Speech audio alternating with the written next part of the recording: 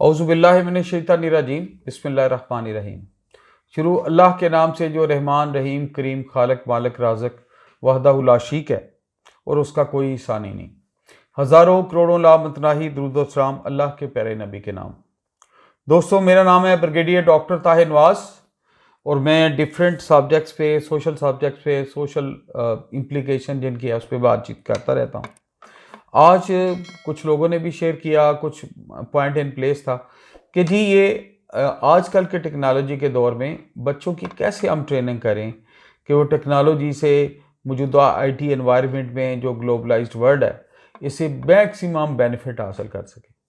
क्योंकि एक बात तो इस्टेब्लिश्ड है कि बच्चों का स्क्रीन टाइम तो वही रहना है, वो स्क्रीन टाइम ज़रूर यूज़ करेंगे, कार्टून पे करें, चाहे वो रील्स पे करें, चाहे वो टिकटॉक पे करें या अदर सोशल ऐप्स पे जाएं।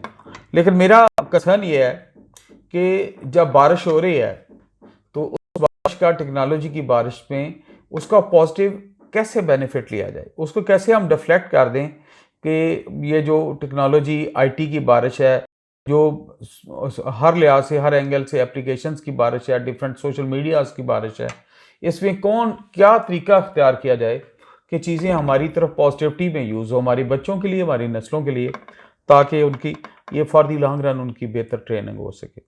तो एक बात तो मैं सारे पेरेंट्स इंस्टीट्यूशन को, अपने हम उम्रों को इसको कहना पसंद करूँगा, जो Elder segment of the society है, जो बच्चों वाले हैं, क्योंकि मेरे भी अपने माशाल्लाह 6 बच्चे हैं, 3 बेटियाँ 3 बेटे हैं, तो हमें बताना ये ज़रूरी है।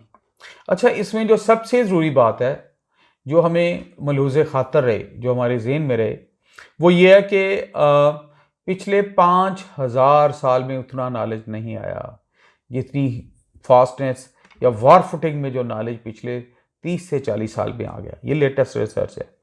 तो मीनिंग देयर बाय, अगर 30 से 40 साल में ज़्यादा नॉलेज आ गया जो पिछले 5000 साल में नहीं आ गया, नहीं था, तो एक आईटी की फास्ट पेस इंप्रूवमेंट हो रही है। वॉर फुटिंग आईटी की एक वर्ड आई है, क्योंकि मैं लोगों को अक्सर बात करता हूँ कि मेरे बचपन खाना जो है वो लकड़ियों पे पकता था और खाना पकने में 3 से 4 घंटे लगते थे। था तो उसको बड़े आराम से पता होता था कि तीन से 4 घंटे तो अमन है। वो आग जलती थी, चूल्हे पर चीज़ें रखी जाती थी, सब्ज़ी काटी जाती थी, और वो उसकी मेंटल चिप है ना, जो उसकी रिएक्टिव चिप कह लें, मैं जो मेंटल उसकी रिस्पांस था, वो 3 से 4 घंटों पे था।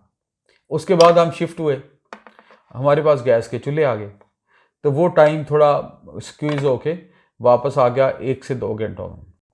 अच्छा, उसके बाद साथ ही लोग बिजली के चूल्हे भी यूज़ करते थे, साथ ही हो गया। अच्छा, उसके बाद आपने थोड़ी तरक्की की तो रूटीन की गैस आ गई, चीज़ों को ला के आपने गर्म करके तल के देना शुरू कर दिया, उससे आ गया 1 घंटे के दरमियान।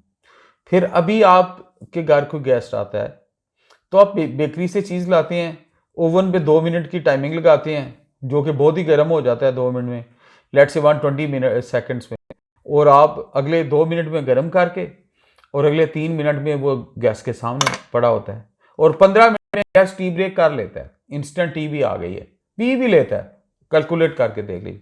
अच्छा, 15 मिनट के बाद ना मेहमान को पता होता है मैंने क्या करना है, ना घर वालों को। मेन मेरे कल्चर का, मेरे देश का मेन जो इंग्रेडिएंट है, मेन मेहमानवाजी तो खाना पीना है ना, तो मेरे ख्याल में ये 15 से 20 मिनट में कंप्लीट हो जाता है, मेहमान भी फारग, घर वाले भी फारग। लेकिन ये वो बात नहीं है। पहले जो लकड़ियों के लोग खाना खाने आते थे, गेस्ट आते थे, आपको पता होगा 3 से 4 दिन तो कोई उनसे पूछता ही नहीं था कि भाई साहब आप आए किस लिए। मेहमानों को इतना इनकरेज किया जाता था, वो सुबह उठते थे, नाश्ता करते थे, शांति है, फिर जाके सो जाते थे डेरे या बैठक में, उठते थे, रात का खाना खाते थे,